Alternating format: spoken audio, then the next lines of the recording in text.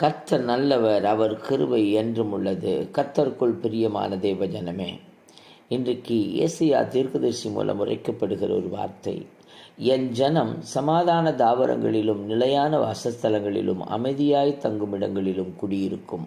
ஆம் பிரியமானவர்களே, அமைதியாய் தங்கச் செய்கிறவர், சமாதானத்தை தருகிற தேவனாகிய கர்த்தர், நிலையான இடத்தில் நிலைநிற்க செய்கிற கர்த்தர்.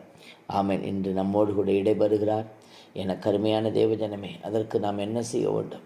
தேவனிடத்தில் அர்ப்பணியுங்கள், மனிதர்களை நேசியுங்கள், ஒருவரை ஒருவர் கனம் பண்ணுங்கள். கர்த்தர் உங்களை ஆசீர்வதிப்பார். நிச்சயமாகவே உங்களுக்காக ஜெபிக்கட்டும். பரிசுத்தமுள்ள நல்ல தகப்பனே, பாவமை துதிக்கிற ஸ்தோத்தரிக்கிறோம். அருமையான பிள்ளைகள் யாரெல்லாம் இதை கேட்கிறார்களோ அவர்களின் தேவன் ஆசீர்வதித்து அனுகிரகிப்பீராக, சாட்சியாய் வாழ உதவி செய்வீராக. உடைய கரங்களில் தாழ்த்தி இருக்கிறோம். பொறுப்படுங்க. இயேசுவின் நாமத்தில் பிதாவே.